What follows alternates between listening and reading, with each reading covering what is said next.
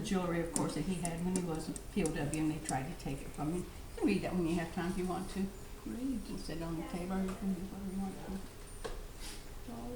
But the kids, the grandchildren, when they find out all these things, they had one cute little granddaughter who wrote Papa a letter because they were studying about veterans in school. She was what, third grade or something? Third grade. And she had to write me a real sweet letter. I didn't know you was a veteran. I didn't know you had a Purple Heart. And all these things were real cute. Yeah. But anyway, yeah, it's just whatever. Mike, did you have a camera, Sue? Okay. Fellowship of the University of New Orleans, so that's why we are here Oh, okay. at the moment. Did you guys get to interview any of the guards or soldiers that were at this place where we were? Yeah, not the guards, but we are in contact with a former SS lieutenant from the barracks there. Yeah. He was the aides-de-camp of the battalion commander of the SS battalion in the same barracks. I know. Just before we moved out of there, one of the soldiers, or guards, whatever it was, we kind of got to talking to him a little bit. I could understand a few words, and he could speak a little English too. Yeah. And in fact, he knew we were moving, and I gave him a patch off my shoulder, my jacket. Mm-hmm. So I was just wondering, maybe he still got it.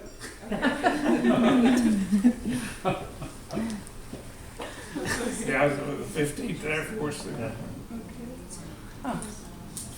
Actually, the reason why we are doing research on the topic is we had a research project with the Austrian Ministry of Defense regarding the things that happened in the barracks. Oh, yeah. We've been there.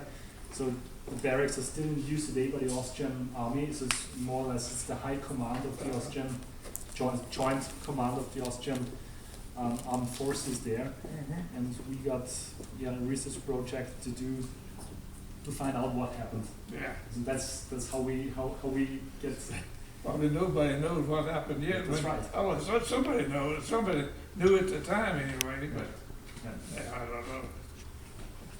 We heard rumors, all kind of rumors. We heard the commandant got shipped out the night. We were all when we were standing up there before the fire squad. Then they called it off, and we heard later that the commander got transferred that night. Now, I don't know if it's true or not true, but that's one of the rumors that's going around. So we don't know. Anyway, I'm thankful he did. Anyway, somebody got moved. We're thankful too. Can we get everybody something to drink, because you've had a long drive? We have lemonade and iced tea. Lemonade. Lemonade. Yeah, that Yeah. sounds great. Good. Okay. How about you, what would you like? Lemonade, iced tea? Let's all have a nice Becky, day. I'm so glad you got to come out as Yeah, well. me You and too. Rosebud. Yeah, me too. This is a nice treat to be able to meet with you and We everything. wanted to come. Yeah, too bad we couldn't have got a meeting before your dead. Right, So right. really appreciated that. But how remarkable it was that you remembered him saying his name, Richard Pettit, Well, because actually, it was on this It was list that you gave. Here, I've written all these numbers on the back, but Oh, yeah. he gave me this list. Yeah. And that was me. Yeah. and the Frenchman also in his report mentioned your name. Oh, yeah? So he spelled your name in the French way, so it's kind of Petit, not Pettit. Yeah. Tyrannus. Yeah, a lot of them thought I was French because of the name. Yeah. But usually the French name only had one T, and Yeah. mine did too. Yeah, that's right. But isn't he the one that you was saying too that probably was a spy, Cynthia, because he disappeared later when they was marching you to Mooseburg or something? No, we were on the road, and we stayed overnight at a farmhouse Big bomb. in the barn. And, of course, the barn was about to stick to walls, And Thank you so much. they came around and said they wanted to take I think about 3 or 4 people to be a witness and see They said the Russians had done it. I don't know if they did or not, but anyway, the Frenchman was one of them, and one of the guys with us went with them too. And while they were out there, the Frenchman took off. Yeah.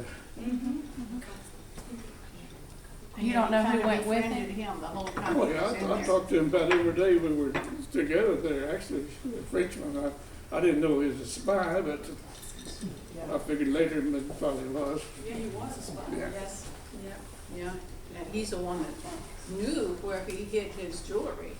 And yet he didn't tell him. know that story at all. He says, I didn't, that demand of jewelry that they're telling you, you have to give that corporal, I can read it and it's not, so don't do it. And he pulled a gun on him, tried to make him do it, and the Frenchman told him no.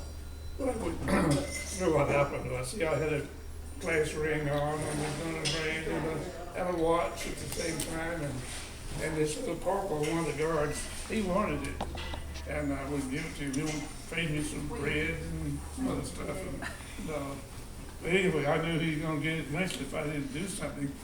So there's a shade over the light that's up in the ceiling, and I moved the little table we had there, so I could reach up there and put it on top of the shade. And it was gone. The Frenchman knew it was a spy, so he didn't tell anybody. He didn't tell anybody. And then they came around and, about midnight, and they took everybody in the cell, including me and Todd and all of us, stripped us down to a bar, and they were going to find that jewelry.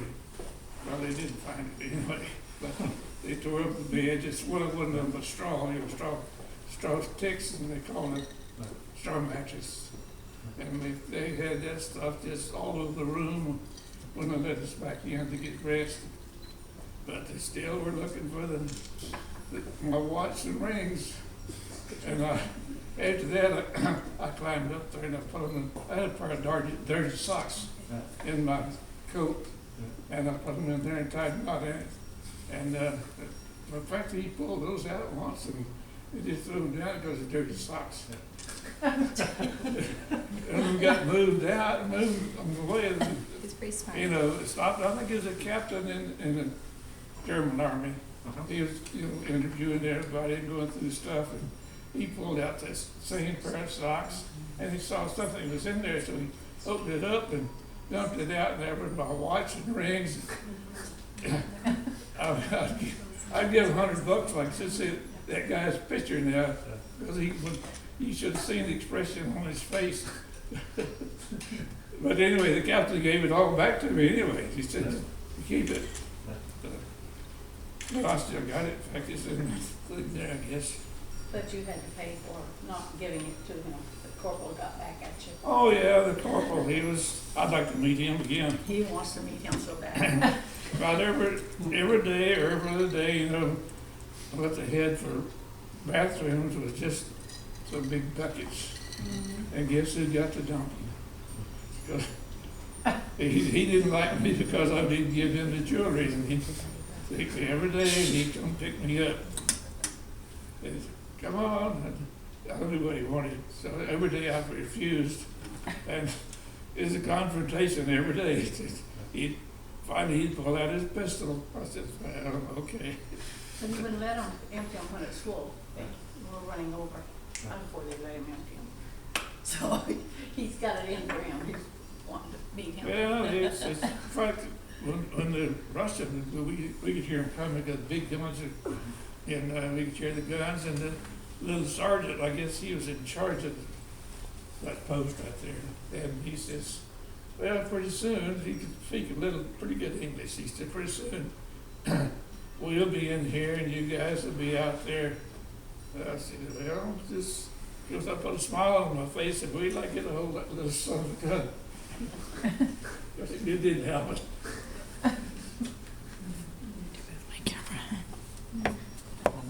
It's okay. I got it. You want lemonade or tea? Or? It's filming video. No. Take your choice. Either one. Yeah. We'll be fine. It's fine. But ironic that, your dad was there at the same time with him and remembered information and everything, and how the miracle of Easter Monday occurred, you know, that being in front of the firing squad, and it didn't happen. They took him and put him in a cell. There was 13 of them, he said. 6 in one cell and 7 in the other. Couldn't stand up, couldn't sit up. They had to lie Well, down. we laid down, it was probably about as, I don't know, 6, 8 feet wide and probably 10 feet long. Each one, there was 2 side by side. One, because there's partition in between, and there was a pipe through the wall on the floor between them, and we could talk through that little hole there where the pipe was. After 4 days and nights there, with no food or water, you tell them if you want it. Well, they said if you want to eat, you have to work. And We had to go fill in a couple of craters there. long Long craters. craters. And I'm sure they were full of people who were assassinated 2 hours after they were let go. Well, there was like 200 airmen. Yeah. But, you know, God is good, you know, some of us and everything that bring through all that and everything, and But the thing I remember most about her dad was, like I think I told you on the phone, going in Munich, you know, was they had put us on the bus for some reason, the guards and everybody was on the same bus. It was so full, it was standing right against everybody else. And one of the women on there, I didn't even see her, but Todd was saying she was kind of getting fresh with him. So later he said, "What could I do?" I said, "Just what you did, nothing. That's all you could do." but they were also in the same jail together when they saw through the bars and put it back together with silk. I had an escape kit. Did Todd tell you about that? This Todd, No, one of the guys I guess it was in, you tell it was in got, some papers that, they missed one of the escape kits that we carried, you know, we had little pockets on the flight and thing. And this escape kit, they had maps and 42 bucks and money and a little hacksaw blade. And And soap, little bar of soap. I guess that's what the soap was anyway. and We a started compass sawing through the too. bars, Compass, and we got a little compass. through about like 3 that. of them, 3, 4, and every time we quit, we fell a crack of soap. You couldn't see it.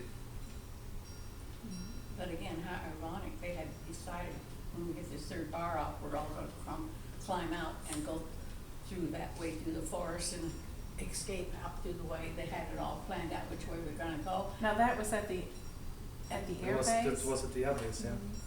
Yeah, and then they said when they did take them out, they took them out through that same route, and there was machine gun nests everywhere, you know, so it just meant It's It would just- have been a bad decision. yeah. And what's still interesting for us when we start to do research on the whole topic is that it wasn't just one crew or your crew, but several crews that were brought to Graz from different directions in different areas. So more or less concentrated in this area for some reasons. We have no idea why. So that's of course the question. So we are in contact with the family of Roy Wehmann, so your co-pilot, and he said that your plane was shot down somewhere in Hungary. Well, we had just left Vienna, actually. Yeah, they just turned away from the target. Yeah. And a couple of blasts of anti-aircraft fire came up and took out 2 engines on the same side. Yeah. So that's why we had to leave it. Yeah.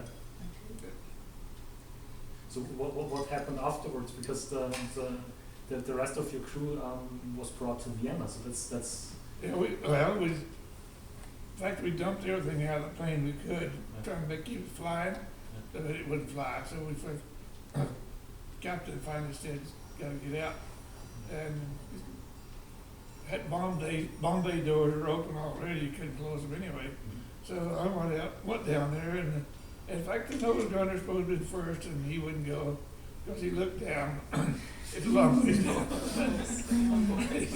No, get out of the way.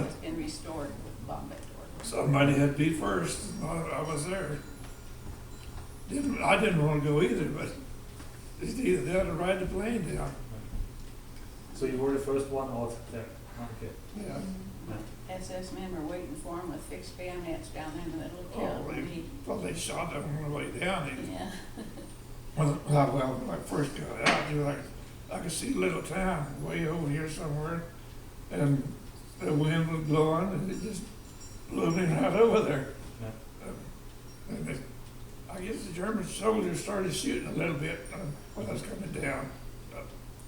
Luckily, they wasn't very good shots.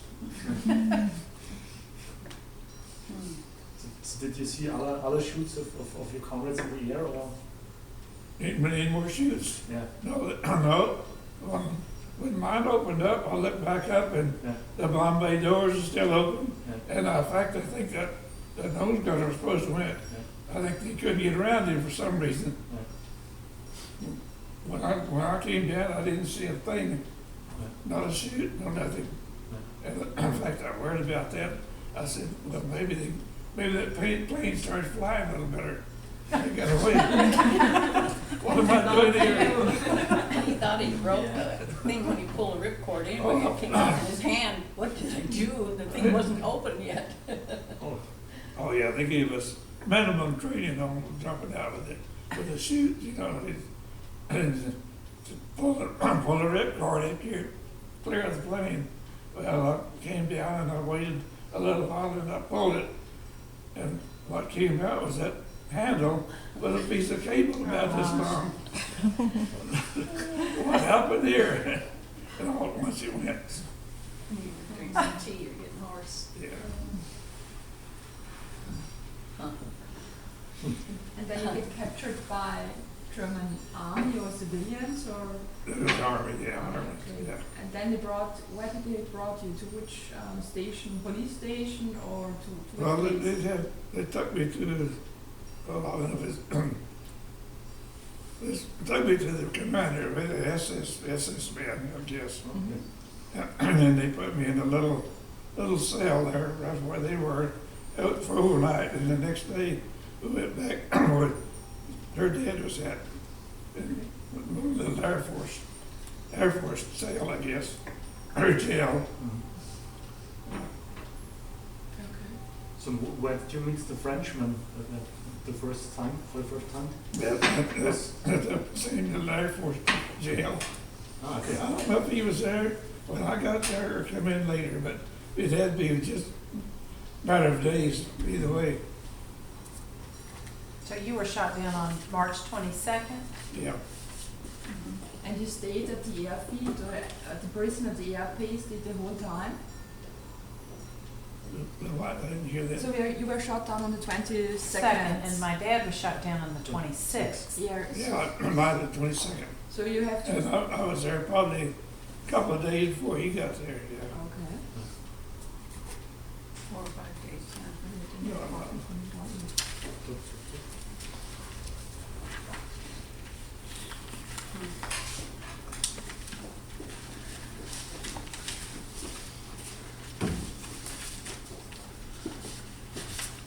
We have a picture of, and I don't know if Brenda sent it to you or not, of the kid that was driving the Jeep, tank that came through the concentration camp, liberated him. That's cool. And he's living in Palm Springs.